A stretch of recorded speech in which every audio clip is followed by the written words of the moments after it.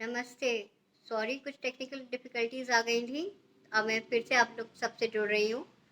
तो मैं आज प्रवास के इस ग्रुप में सभी जुड़ने वाले गुणीजनों को सादर नमस्कार करती हूँ तथा आज मैं यहाँ उपस्थित हुई हूँ एकल काव्य पाठ लेकर, जिसके लिए मैं यहाँ के संस्थापक पुनीत माथुर जी का हृदय से आभार प्रकट करती हूँ। उन्होंने आज मुझे ये अवसर दिया है आप सभी के समक्ष अपनी कुछ रचनाएं सुनाने का।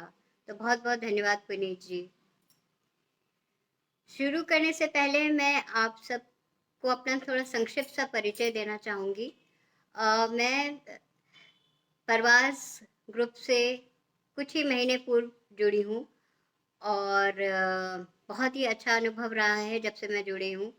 बहुत अच्छी रचनाएं पढ़ने का यहाँ मुझे मौका मिला है और अपनी रचनाएं भी आदान प्रदान करने का सबके साथ मौका मिला है। जहाँ तक साहित्य में मेरी रुचि है, मैं बहुत वॉसिफरस मतलब बहुत किताबें पढ़ती थी अपने बचपन से ही। इसमें दोनों इंग्लिश और हिंदी दोनों उपन्यास अच्छे अच्छे लेखकों की शामिल हैं। साहित्य में मैं जहाँ तक कविता की बात आती है, कविता में मेरी स्पेशली हिंदी कविता में जो मेरी रुचि है, वो कुछ ही समय पहले मैंने मतलब अपने में डिस्कवर की। इसके पहले मैंने बहुत सारे एकेडमिक आर्टिकल्स लिखे हैं। एक्चुअली मैं व्यवसाय से सीनियर कंटेंट डेवलपमेंट में हूँ, सीनियर एडिटर रह चुकी हूँ बहुत सारे पब्लिशिंग हाउसेस में। और अभी पिछले 5-6 साल से एक इंस्टीट्यूट जो ministry of skill development and entrepreneurship government of India के अंतर्गत है, national institute for entrepreneurship and small business development, उसमें मैं एडवाइज़र कंटेंट एंड कम्युनिकेशन रही हूँ। और जिसमें अभी पिछले कोविड जैसे जो पैंडमिक शुरू हुआ उसके जस्ट पहले मैंने अपना वहाँ पे कार्यभार मैंने अभी एंड किया और अब मैं स्वयं फ्रीलांसिंग जिसे कहते हैं, खुद ट्रेनिंग और क्लासेस लेती हूँ कम्युनिकेशन स्किल्स में बेसिकली। तो जैसे मैं बता रही थी, पैंडमिक के दौरान मुझे मैं कुछ पहले इंग्लिश पोइट्री ज़रूर लिखती थी,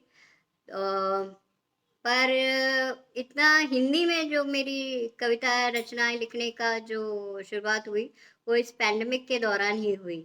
और मेरी किसी रिलेटिव ने मुझे एक और अन्य ग्रुप है उससे जोड़ा मुझे, और तब मैंने डिस्कवर किया कि हाँ, थोड़ी बहुत जो कुछ प्रतिभा है जो मुझे लगता है मुझे अपने मदर साइड से आई है, क्योंकि वो हिंदी में बड़ी दिग्गज हैं, वो हिंदी में एमए बीएड हैं।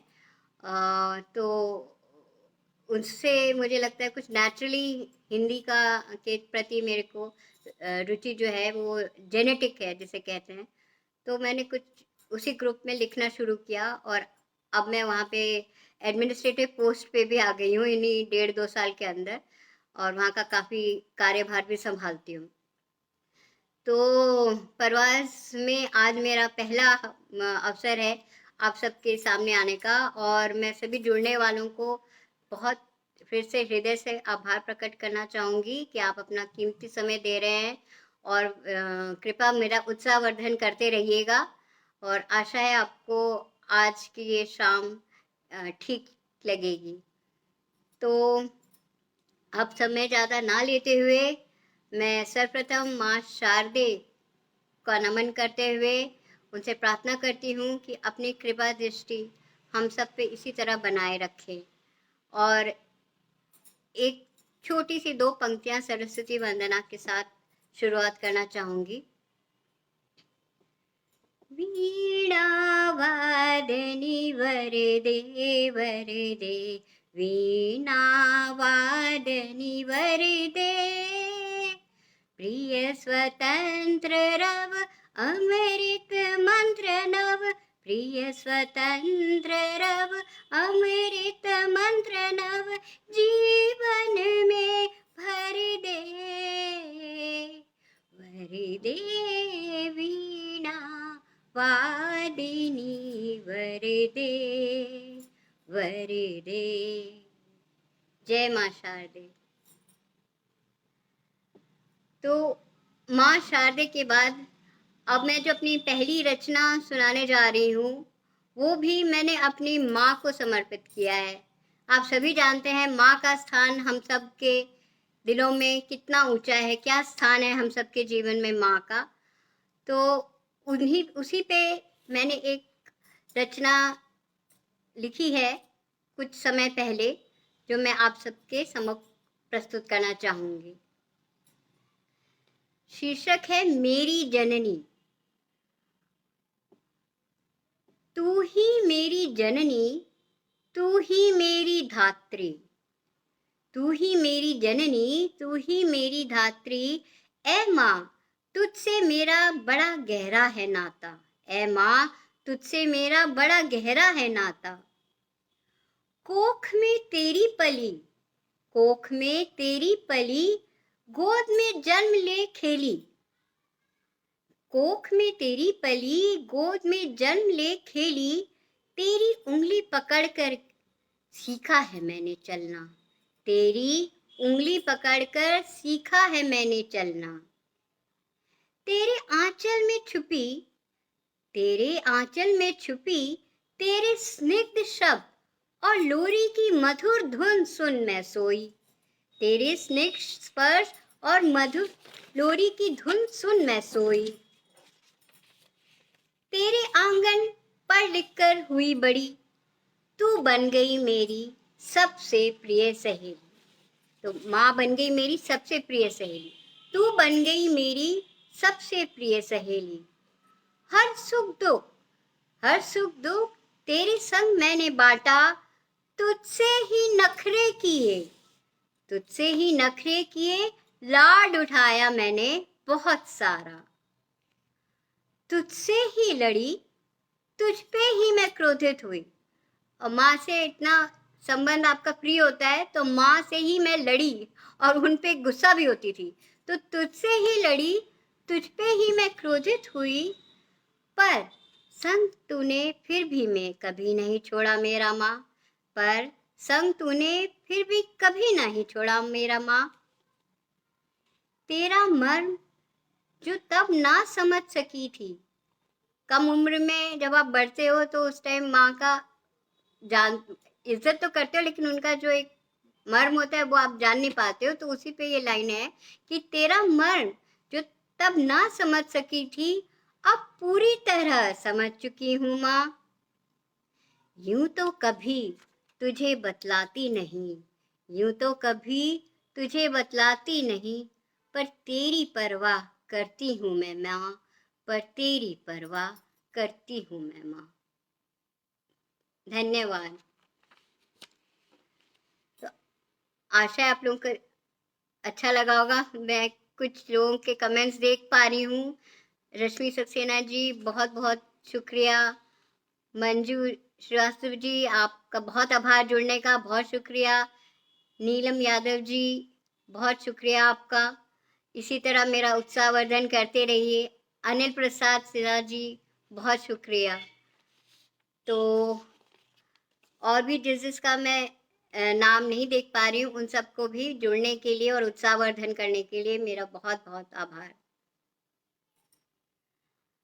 अब एक और रचना, ये मैं बैठे बैठे कभी सोचती हूँ, जो क्षितिज है जैसे हम सब जानते हैं, जहाँ पे लगता है अंबर और धरती, आकाश और जमीन मिल रहे हैं।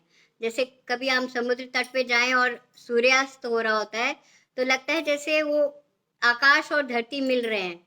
तो उस क्षितिज पर कुछ अपने भाव मैंने इस रचना में प्रयास किया है, तो प्रस्तुत है। क्षितिज। जहां विस्तृत अंबर का, जहां विस्तृत अंबर का मधुर मिलन हो धरा से, ढूंढ रही हूं मैं वो क्षितिज, है उसकी तलाश कब से।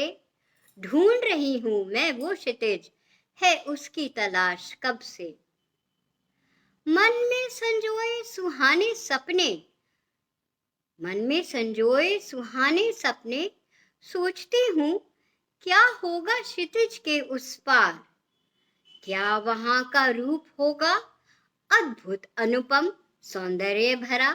तो विचार आता है कि क्षितिज के उधर क्या होगा, क्या वहां का रूप होगा अद्भुत अनुपम सौंदर्य भरा।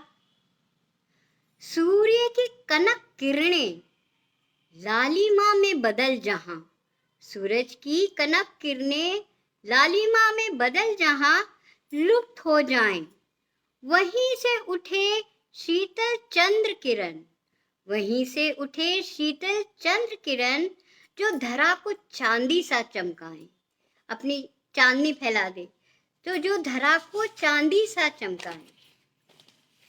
सोचती हूँ क्या वो जगह है ऐसी, मन में विचार आता है, सोचती हूँ क्या वो जगह है ऐसी जहाँ अधूरे ख्वाब पूरे हो जाएं, तो बिछड़े हुए प्रेमी जैसे, दो बिछड़े हुए प्रेमी जैसे प्रेम बंधन में बंध जाएं, दो बिछड़े हुए प्रेमी जैसे प्रेम बंधन में बंध जाएं। मन जो ऐसे विचरण करे, मन जो ऐसे विचरण करे सोचने पर हो लाचार, क्या कभी मिलेगा वो क्षितिज, क्या कभी मिलेगा वो क्षितिज जिसकी तलाश मुझे है कब से, जिसकी तलाश मुझे है कब से। धन्यवाद।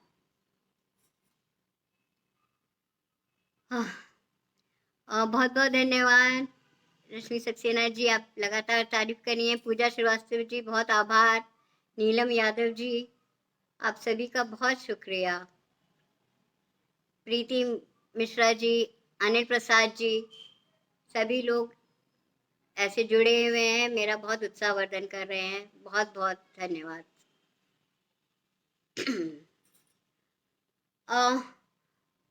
अब मैंने जैसे का आपको बताया कि मैं इंग्लिश लैंग्वेज में भी पोएम्स लिखती हूँ। इनफैक्ट हिंदी से पहले मैंने इंग्लिश में कुछ कुछ पोएट्री लिखा करती थी मैं।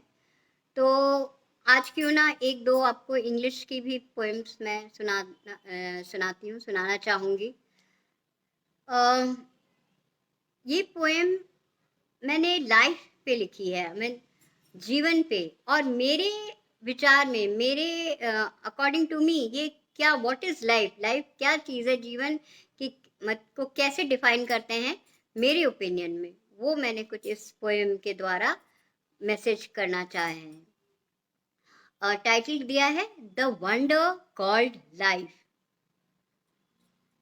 Life is a canvas, canvas जिसमें आर्टिस्ट लोग पेंट करते हैं, जब वुडन बोर्ड होता है।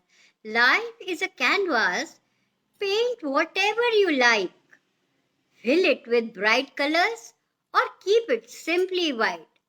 एक कैनवास है जीवन, तो आप अपने हिसाब से इसमें रंग भरिए, चाहे उसको रंगीन कीजिए, चाहे सिंपल सादा जीवन बिताइए।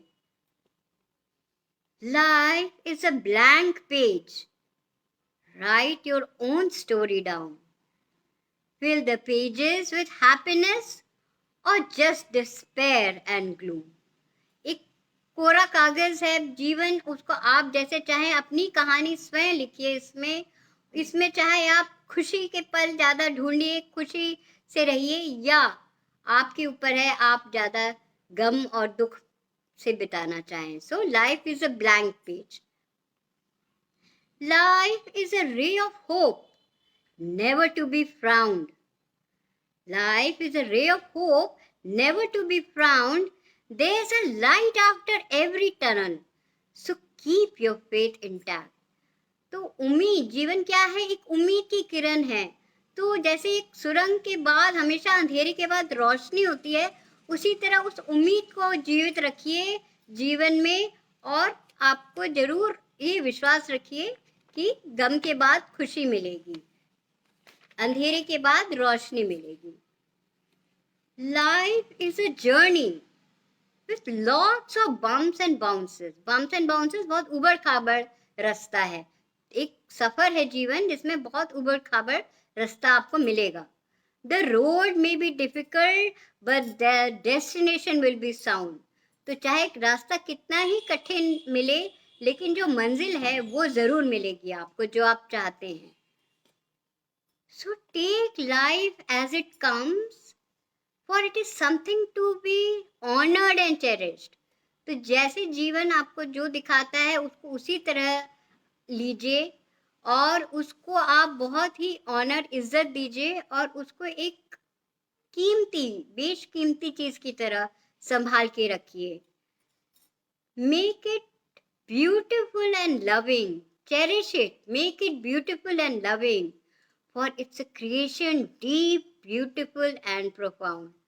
उसको संभाल के रखिए, उसको पिरो के रखिए, और उसको इज्जत दीजिए, ऑनर कीजिए, क्योंकि बहुत जीवन जो है, लाइफ जो है, बहुत ही सुंदर है, ब्यूटीफुल है, प्रोफाउंड है, गहरी है।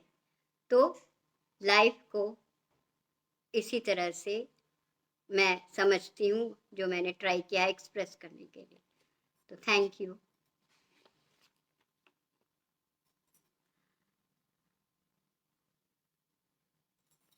बहुत बहुत धन्यवाद पुनीत जी, रश्मि जी, अनिल प्रसाद जी। आपके कमेंट्स बहुत ही प्रेरणादायक हैं। ज्योति महाजन जी, बहुत बहुत आभार। तो चलिए अब अपनी अगली प्रस्तुति पे चलती हूँ। जैसे कि आप सभी जानते हैं कि मैं एक नारी हूँ, और बाकी मैं नारियों से एक संबंध, गहरा संबंध है हम सब नारी जाति का। तो जैसे बहुत पहले से हम लोग काफ़ी समाज में हमारा बहुत ज़्यादा एक्सप्लॉयटेशन जिसे कहते हैं हुआ है। तो अब हम जो है नारी एकजुट होके, और नारी सशक्तिकरण हो रहा है, विमेन एम्पावरमेंट, जो हमारी सरकार भी बहुत इस पे जोर दे रही है। तो इसी टॉपिक को लेके, इसी विषय को लेके मैंने नारी सशक्तिकरण पे बेस्ड है ये मेरी अगली रचना, नारी ही शीर्षक दिया है। तो आशा है आपको पसंद आए। नारी। मत समझो मुझको अबला, मत समझो मुझको अबला, निर्बल निसहाय। मत समझो मुझको अबला, निर्बल निसहाय, अब ना करे कोई मेरा शोषण, अब ना करे कोई मेरा शोषण। मैं हूँ नारी, मेरी खुद की पहचान है, मैं हूँ नारी, मेरी खुद की पहचान है। मुझ में है दुर्गा, मुझ में ही सरस्वती, मुझ में है दुर्गा, मुझ में ही सरस्वती, सब देवियों का वास है। बदल सकती हूँ मैं रूप अनेक, बदल सकती हूँ रूप अनेक, मैं हूँ नारी, मेरी खुद की पहचान है, मैं हूँ नारी, मेरी खुद की पहचान है। मैं नारी हूँ, मुझसे है गौरव, मैं नारी हूँ, मुझसे है गौरव, मुझसे ही अभिमान है। मैं पुरुष से कम नहीं हूँ, मैं पुरुष से कम नहीं हूँ, अब हम दोनों समान हैं, अब हम दोनों समान हैं। मैं हूँ नारी, मेरी खुद की पहचान है। हर क्षेत्र में कदम बढ़ाया, हर क्षेत्र में कदम बढ़ाया, अंतरिक्ष तक फतेह पाया, अंतरिक्ष तक फतेह पाया, बनी डॉक्टर, इंजीनियर, अफसर, कोई भी उपलब्धि का नहीं छोड़ा है मैंने अवसर, किसी भी उपलब्धि का नहीं छोड़ा मैंने अवसर। मैं हूँ नारी, मेरी खुद की पहचान है। साहस में हूँ लक्ष्मीबाई जैसी, साहस में हूँ लक्ष्मीबाई जैसी, प्रेम में मैं मीराबाई, प्रेम में मैं मीराबाई। ना छेड़ना कभी मुझको, धर लूंगी चंडी का रूप, ना छेड़ना कभी मुझको, धर सकती हूँ चंडी का रूप। मैं हूँ नारी, मेरी खुद की पहचान है। मैं हूँ जननी, मैं हूँ भार्या, मैं हूँ जननी, मैं हूँ भार्या, मैं हूँ बेटी, मैं ही सास, मैं हूँ बेटी, मैं ही सास। हर रोल में खरी उतरी, हर रोल में खरी उतरी, मेरी जैसा कौन है। हर रोल में खरी उतरे, मेरा जैसा कौन है। मैं हूँ नारी, मेरी खुद की पहचान है। आज देश ने भी, आज देश ने भी मुझे समझ लिया है सर्वशक्तिमान। नारी सशक्तिकरण कर, नारी सशक्तिकरण कर रहा मेरा सम्मान, कर रहा मेरा सम्मान। मैं हूँ नारी, मेरी खुद की पहचान है। मैं हूँ नारी, मेरी खुद की पहचान है। बहुत बहुत धन्यवाद।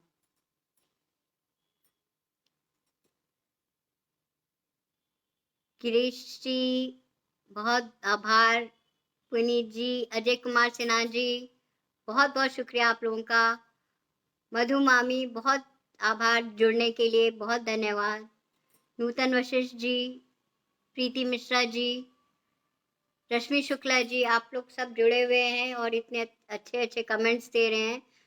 बहुत बहुत आप लोगों का शुक्रिया, इतना मेरा उत्साहवर्धन कर रहे हैं।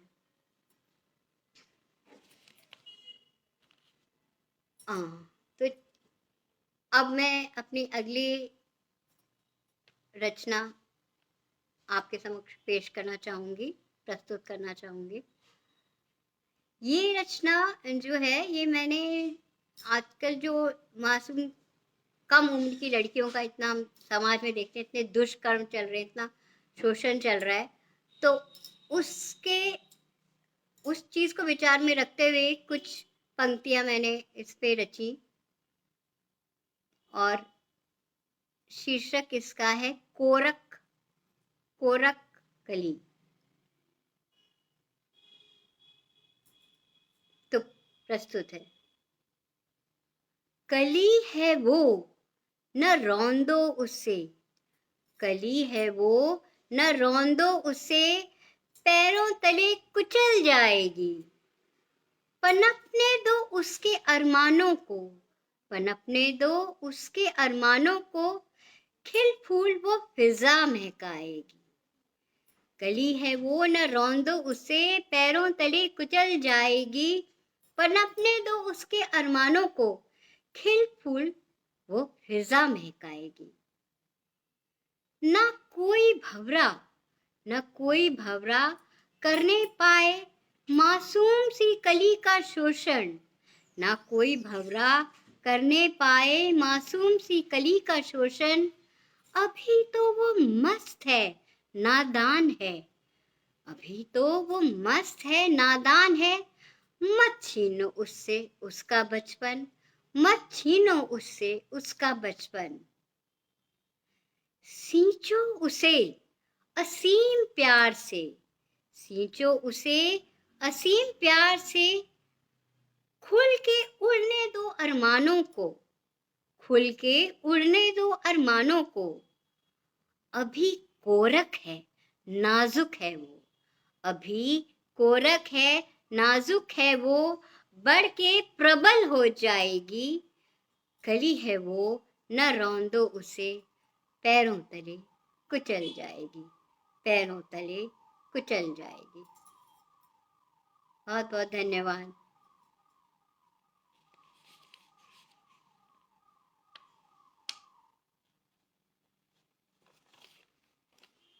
बहुत शुक्रिया अनिल प्रसाद जी, अजय कुमार सिन्हा जी, आप लोग लगातार प्रशंसा कर रहे हैं। रश्मि सक्सेना जी, प्रवीणा जी, बहुत बहुत आभार आपका। तो आगे बढ़ते हैं और अगली जो मैंने रचना है वो भी कुछ ऐसा एक मुझे एक चीज़ जो है समाज की, वो बहुत कई बार खटकती है, जिसे कहते हैं कि हम जो हमारे वृद्ध माता पिता होते हैं, उनको उनके साथ कभी कभी व्यवहार लोगों का, उन्हीं के बच्चों का बहुत बहुत ही दुखदायक सा होता है। तो उसी पर मैंने एक अगली रचना मेरी उसी पे है, और उसको नाम मैंने दिया, शीर्षक दिया है विश्वास। तो प्रस्तुत है। मैंने उनकी आंखों को मैंने उनकी आंखों को हजारों मौत मरते देखा है। मैंने उनकी आंखों को हजारों मौत मरते देखा है। एक विश्वास को बिखर कर दम तोड़ते देखा है। एक विश्वास को बिखर कर दम तोड़ते देखा है। किसी के दिल को आघात होते देखा है। किसी के दिल को आघात होते देखा है। एक आशा की किरण को बुझते देखा है। एक आशा की किरण को बुझते देखा है। उम्मीदों को लुप्त होते देखा है। उम्मीदों को लुप्त होते देखा है। एक आस को यूं टूटते देखा है। एक आस को यूं टूटते देखा है। क्यों होता है ऐसा? मन में विचार आता है, क्यों होता है ऐसा? कैसी होती है वो संतानें? कैसी होती हैं वो संतानें जो अपने माँ बाप को अपने से अलग कर देती हैं? जिनके हाथों पले बढ़े उनको दूर वृद्ध आश्रम भेज देती हैं।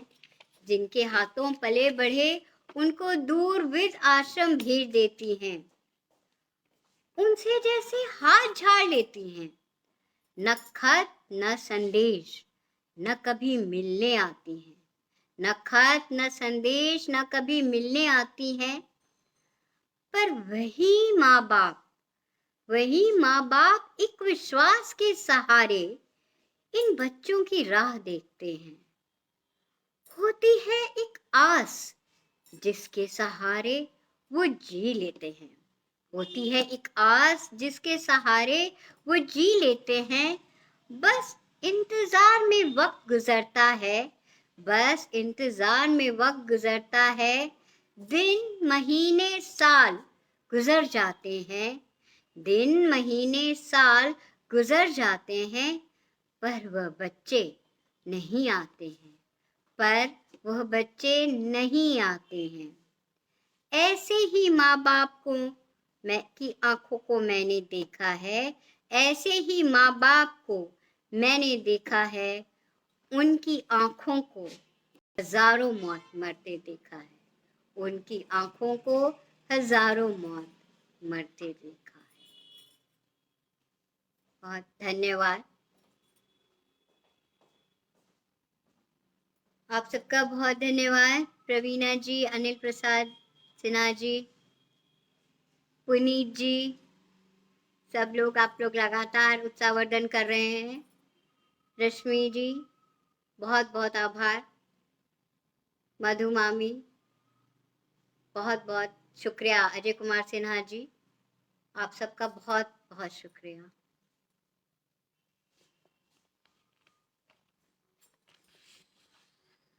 अब थोड़े बहुत गहरे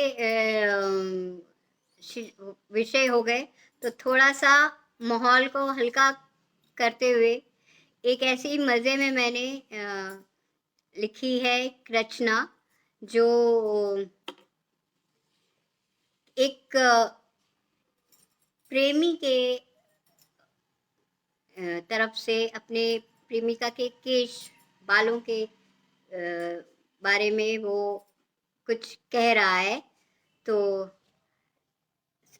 प्रस्तुत है, आशा है आपको ठीक लगेगा।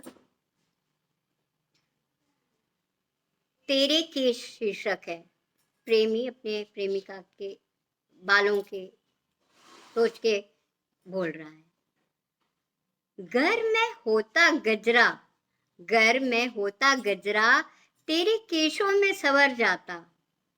घर में होता गजरा तेरे केशों में संवर जाता, घर होता मैं गुलाब तेरी लटों को महकाता, घर होता मैं गुलाब तेरी लटों को महकाता। अगर होता मैं सिंदूर, जो मांग में भरते हैं, अगर होता मैं सिंदूर तेरी मांग में समा जाता, काश मैं होता कंघा तेरी जुल्फों को सवार जाता, काश मैं होता कंघा तेरी जुल्फों को सवार जाता। उमड़ते हैं कुछ ऐसे ही जज्बात मेरे मन में, उमड़ते हैं कुछ ऐसे ही जज्बात मेरे मन में, जब कभी यूं बैठे बैठे तेरी जुल्फों का ख्याल आ जाता, जब कभी यूं बैठे बैठे तेरी जुल्फों का ख्याल आ जाता। मुख पर तेरे केश, मुख पर तेरे केश बिखर जाते हैं कुछ ऐसे, जैसे चांद के मुख पर, जैसे चांद के मुख पर काला बादल है छा जाता, जैसे चांद के मुख पर काला बादल है छा जाता।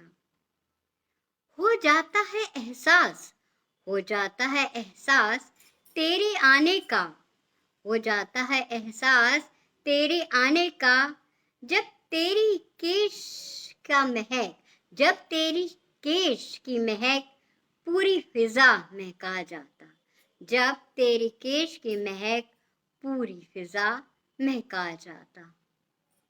धन्यवाद। ये थोड़ी हल्की फुल्की प्रेमी के शब्दों में कुछ कहने का प्रयास किया। ख्याल आया कि क्या सोचता होगा वो अपनी प्रेमिका के जुल्फों के बारे में। तो आशा है आप सबको ठीक लगा। बहुत बहुत धन्यवाद नीलम जी, बहुत आभार आपका।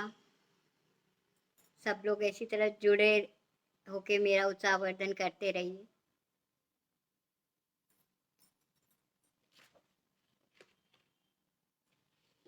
तो अगर एक मैं इंग्लिश की पोएम और सुनाना चाहती हूँ, वैसे समय हो रहा है, अगर आप चाहें तो एक दो और रचनाएं मैं सुना के फिर मैं विराम दूंगी। तो अगली जो मेरी प्रस्तुति है वो एक अक्सर हम सबके साथ होता है कि हम देखते हैं कि छोटे छोटे बच्चे जो हैं वो सड़क पे भीख मांगते रहते हैं। कभी ट्रैफिक लाइट पे आप रुकिए, आपकी गाड़ी पे आ जाएंगे, मार्केट में आप बाजार में जाइए तो आपका पल्ला पकड़ के आपको रोकेंगे, आपसे भीख मांगेंगे। तो उनकी छोटे छोटे इन मासूम बच्चों को देख के मुझे एक ख्याल आया, तो मैंने एक इंग्लिश में पोएम लिखी है। उसका टाइटल मैंने दिया है द बेगर किड। तो प्रस्तुत है। The beggar kid. I was walking down the street when I felt a pull at my sleeve. Turning, I looked down. Two big innocent eyes stared at me from below. A small sweet face looked at me with big imploring eyes. Imploring बिल्कुल एक चाहत, एक begging, एक ऐसे मांगने की दृष्टि से, जैसे बहुत ही वो जरूरतमंद हो, उस तरह से आंखों में भाव लिए। तो he looked at me with big imploring eyes, stretched a hand and begged me to give him some money. Looking at him, I felt a tug at my heart. दिल में कुछ मुझे लगा। Why, oh why does he at such a tender age have to go begging? मन में ख्याल आया कि इतनी कम उम्र, इतनी मासूम सी उम्र में, और उसे भीख मांगने का क्यों जाना आना पड़ रहा है, क्या इसकी ऐसी क्या विवशता है। So why, oh why does he at such a tender age have to go begging down the streets? In this age he should be so carefree and happy, playing about the sun in total glee, ऐसी उम्र में उसको तो खेल कूदने की उम्र है, बाहर निकले धूप में मस्त खेले। No worries no work but parents to take care of him. उसे कमाने की नहीं जरूरत होनी चाहिए, बल्कि खेलने की उम्र है और माँ बाप उसका ख्याल रखें। Instead here he is so pitiful, so distraught, बिल्कुल ही बुरे हाल में, trying to earn money by begging from others. Why oh why is life so cruel? इतनी क्यों ऐसी जीवन ऐसा क्यों है, इतना निर्मम क्यों है ये? Is it destiny that makes some people be less privileged than others? क्या किस्मत है ऐसी, ये क्या भाग्य है किसी का कि कोई तो किसी से भाग्य में इस हिसाब से इतना कम है कि छोटे छोटे बच्चों को भी सड़कों पे भीख मांगना पड़ रहा है। So is it destiny that makes some people be less privileged than others? Thank you. So these are few thoughts जो मेरे मन में रहे आए एक इसी तरह छोटे छोटे बच्चों को देख के। तो आशा है आप लोगों को अच्छा लगा होगा। अनिल प्रसाद सिन्हा जी बहुत धन्यवाद। नीलम यादव जी लगातार आप लोग कमेंट्स दे रहे हैं। लक्ष्मी सक्सेना जी बहुत शुक्रिया। मधु मामी बहुत बहुत धन्यवाद आप लोगों का, इतने खूबसूरत कमेंट से मेरा बहुत ज़्यादा उत्साहवर्धन हो रहा है और मुझे सुनने के लिए अपना समय देने के लिए बहुत शुक्रिया। अब क्योंकि काफ़ी समय हो रहा है, मैं बस अपनी एक आखिरी रचना आपके सम्मुख प्रस्तुत करना चाहूँगी। ये प्रकृति को देख के, स्पेशली जलधि का रूप देख के, सागर के तट पे जब कई बार मैं गई हूँ तो वहाँ देख के कुछ जो मेरे मन में विचार उत्पन्न हुए, उसी पे मैंने ये रचना लिखी है। तो प्रस्तुत है सागर और मन। शीर्षक है इसका सागर और मन। तट पर खड़ी थी मैं, तट पर खड़ी थी मैं, आगे था अथाह सागर। रेत मेरे पग के नीचे, रेत मेरे पग के नीचे, ऊपर नीर भरे बादल। तो नीचे रेत था और ऊपर बादल, जल से भरे बादल छाए हुए थे। रेत मेरे पग के नीचे, ऊपर नीर भरे बादल। उठती खेलती लहरों का शोर, कानों को लगे जैसे मधुर स्वर। उठती बैठती लहरों का शोर, कानों को लगे मधुर स्वर। ऐसा लगता मानो तोड़ रही सीमा का बंधन सागर की प्रत्येक लहर। ऐसा लग रहा था कि लहर का कोई सीमा नहीं है, उस सीमा को लांघ के और हमारे पास आ रही है। तो ऐसा लगता था मानो तोड़ रही सीमा का बंधन सागर की प्रत्येक लहर। कितना विस्तृत शांत प्रबल है ये जलधि का रूप, कितना विस्तृत शांत प्रबल है ये जलधि का रूप।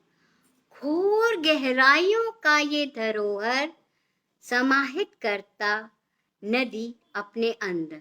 इतना गहरा होता है सागर, तो इतने लगता है इसमें क्या क्या होगा, क्या राज छुपे हैं इसके अंदर।